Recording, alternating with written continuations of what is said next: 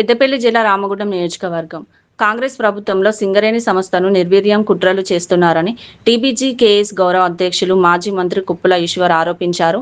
Godavarikhani TBG KS కేంద్ర కార్యాలయంలో గురువారం ఏర్పాటు చేసిన మీడియా సమావేశంలో రామగుండం మాజీ ఎమ్మెల్యే కోరికంటి చందర్తో కలిసి మాజీ మంత్రి కుప్పల ఈశ్వర్ మాట్లాడుతూ సింగరేణి పరిరక్షణ సదస్సును జయప్రదం చేయాలని పిలుపునిచ్చారు.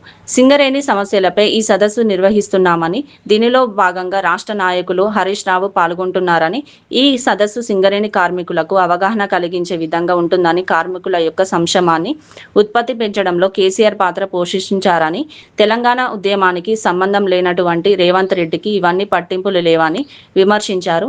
అనంతరం సింగరేణి పరిరక్షణ సదస్సు పోస్టర్ని ఆవిష్కరించారు. ఈ సందర్భంగా వారు మాట్లాడుతూ ఈ మీడియా సమావేశంలో TBGKS working president Madasu Ramurthy, కోశాధికారి చెల్వూరి సతీష్, రామగుండం డివిజన్ కార్యదర్శి Palle Surender, pit secretary Rodda Sampath, MD Rahman, Pulipaka Shankar, Venu, Satish, Raju తదితరులు పాల్గొన్నారు. ఈ సంస్థ మనుగడతో పాటు ఉత్పత్తిని పెంచడంతో పాటు అదేవిధంగా కార్మికుల యొక్క సంక్షేమాన్ని బ్రహ్మాండంగా పెంచినటువంటి నాయకుడు కేసీఆర్ గారు.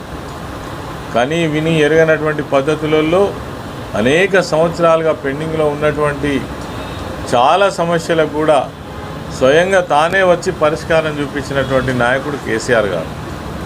ఎప్పుడైతే అధికారం మార్పిడి జరిగిందో, తెలంగాణ ఉద్యమానికి సంబంధం లేనటువంటి ముఖ్యమంత్రి అధికారంలోకి వచ్చిండో ఆయనకి ఇవన్నీ పట్టింపులు లేవు. ఆనాడు కార్మికులు చాలా ఆవేదన పడ్డటువంటి విషయం డిపెండెంట్ ఎంప్లాయ్మెంట్.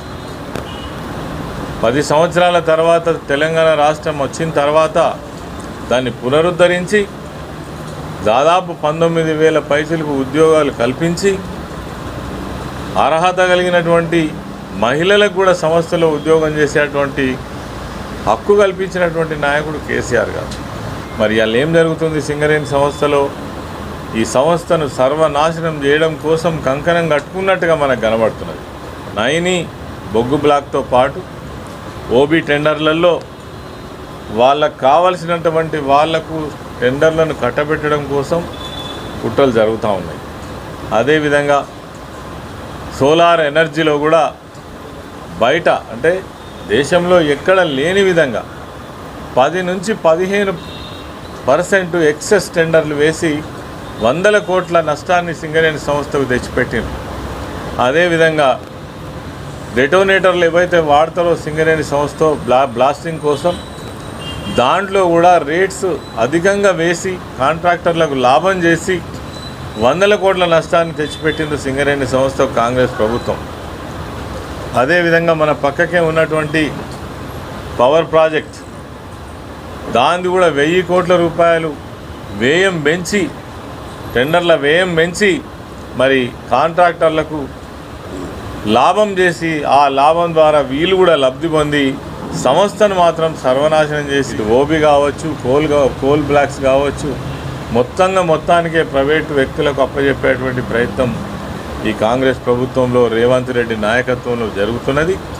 దీన్ని వ్యతిరేకిస్తూ కాంగ్రెస్కు హటావో సింగరేణికి బచావో అనేటువంటి సింగరేణి పరిరక్షణ కోసం అదేవిధంగా ఒక అవగాహన కల్పించాలి కార్మిక కుటుంబాలకు, ఈ ప్రాంత వాసులందరికీ కూడా అనే ఉద్దేశంతో 7వ తారీఖున ఇక్కడికి గౌరవనీయులు రాష్ట్ర నాయకులు హరీష్ రావు గారు రావడం జరుగుతూ ఉంది.